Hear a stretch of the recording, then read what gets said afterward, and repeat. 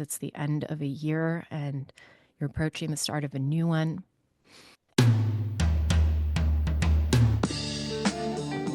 This is Internal Rate of Return with Amanda Alexander.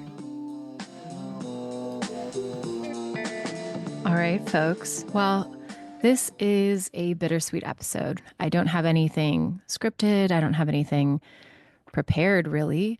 And it is the last episode of 2024. This will be airing around peak holiday time. So I think December 26th.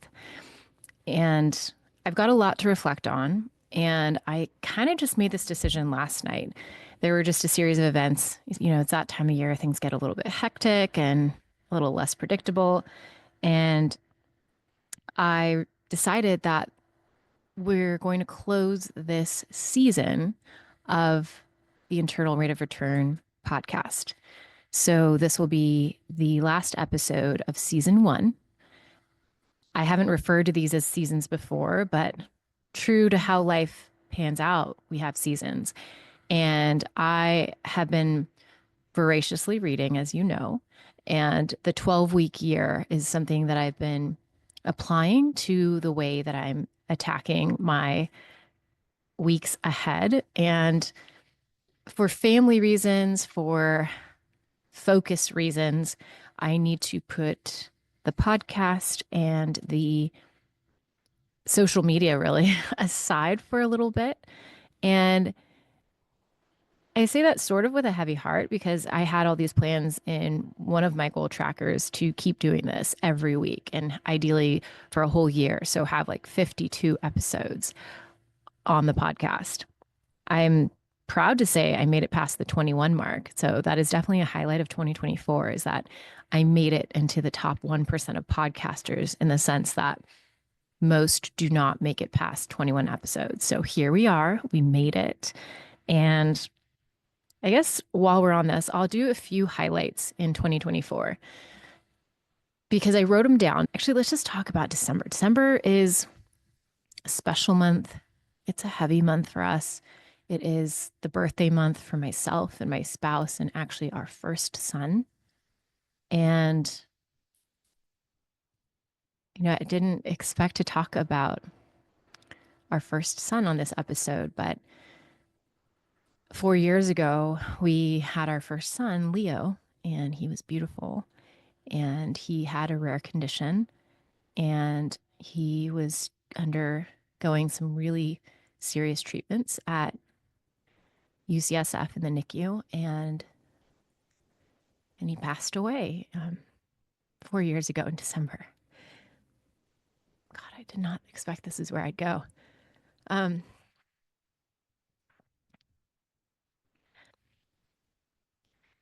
So December is a tender month, is what I usually say, because in December of 2020, we lost our first son, Leo, and obviously I'm still devastated.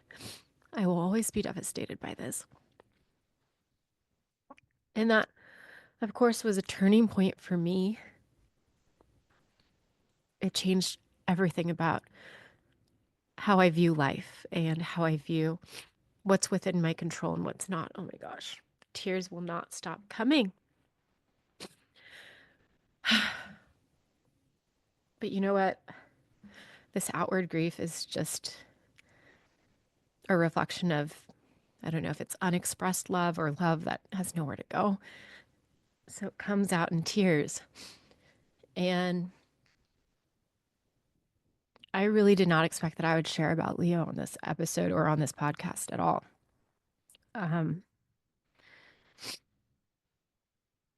I guess just reflecting on how December is a tender month. It's also my birthday month. It's my spouse's birthday.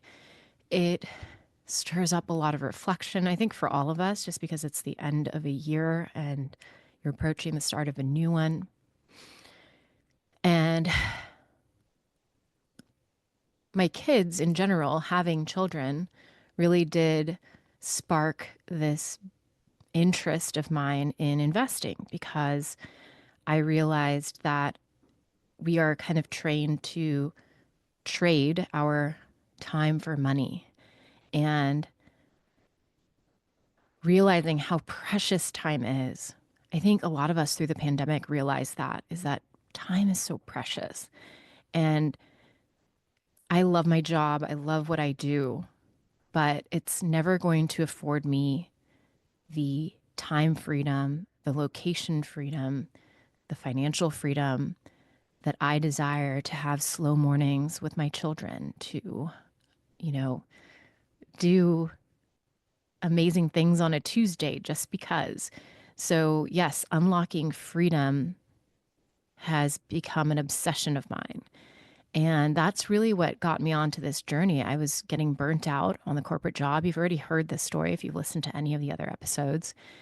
And I started learning about real estate investing. So you kind of look back, and at the end of 2023, I was really into the idea of expanding through single family homes. We had our third son, and he obviously became the focus. But when I got my head back out from under the newborn haze, I realized, I can't scale real estate with single family in a way that would replace my corporate income. It's just not as efficient. So then I started embarking on multifamily. And that's really how you could do it, is buying more doors and yielding more income. And I had the great fortune of learning about seller financing. So I learned about that and then realized that I didn't exactly have the time to do the cold calling to sellers or finding them, or but all this to say, I started to think, what's the most efficient way to invest, to scale, to make my money grow for me while I'm sleeping. So no longer trading my time for money. And thankfully got into syndication. I got invited to be a co-GP, co-general partner on two different syndications.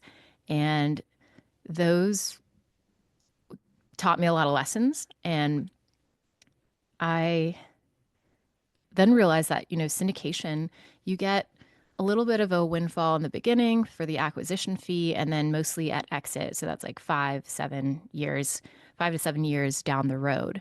So not exactly going to replace your income. And this then led me down the path of small business acquisition. So I started learning about that and have joined a group to really go deep on a specific type of firm to acquire. And I want to invest more of my focus there for some time. I want to start getting the reps in on that. But also, we have the great fortune of my mother in law staying with us right now, and she's only here for 8 more weeks.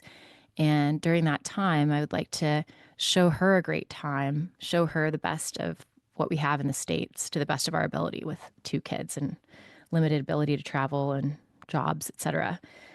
Giving you a little more than you need. Gosh, this is so personal. But okay, bringing it back, some of the highlights of my 2024. I founded Matrix Arch. I acquired my first out of state duplex sight unseen. As I mentioned, I got invited to two syndications. And then I actually, at my corporate job, I feel really proud of the way that I led my team. It's really a credit to them, but I feel like we've unlocked just such a great dynamic amongst ourselves. And we didn't start there. And I see so much potential in each individual as well as us as a collective. And so I feel proud of the evolution of my team at my corporate job.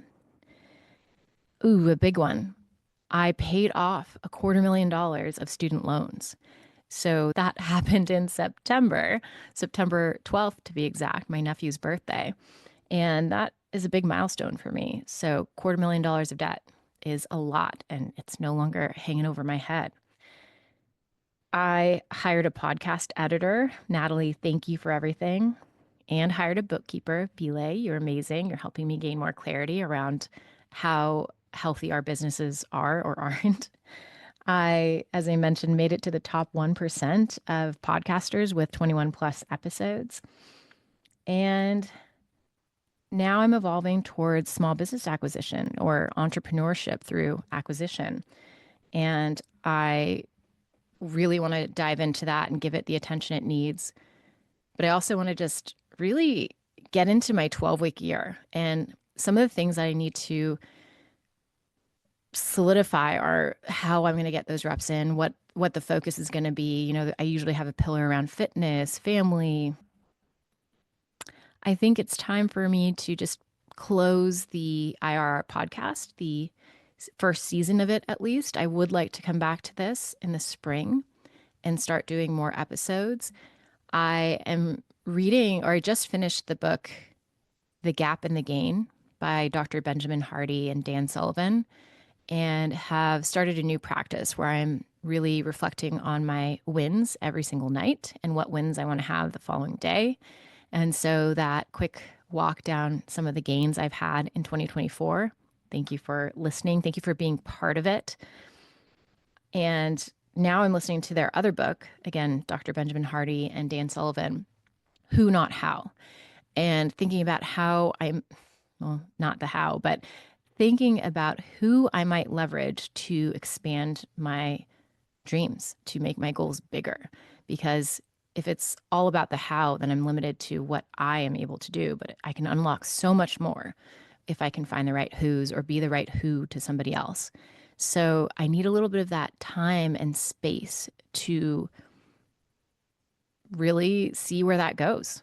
And I do intend to come back and continue recording, continue sharing the journey. I am blown away by the support that I've received thus far and how some of this resonates with you. I hope it has helped. I know that some of you are in a W 2 and may not be that happy in it. And some of you are parents and you also are realizing how much more free time you would like to have for your family. And I want that for all of us. I want to help elevate all of us. So I will continue sharing my learnings. I will continue vulnerably sharing the journey because my why is that important. It is really keeping me going. It's really keeping me clear on what I'm going to say no to. Okay. So I think maybe that's the moral of this episode is about really being clear on your vision, and your vision will change. If you keep taking action every single day, you gain more clarity. And then the vision or the picture that you have of yourself in the future continues to evolve. At least you hope it would. And the more incredible people that you surround yourself with, your goals and dreams get bigger.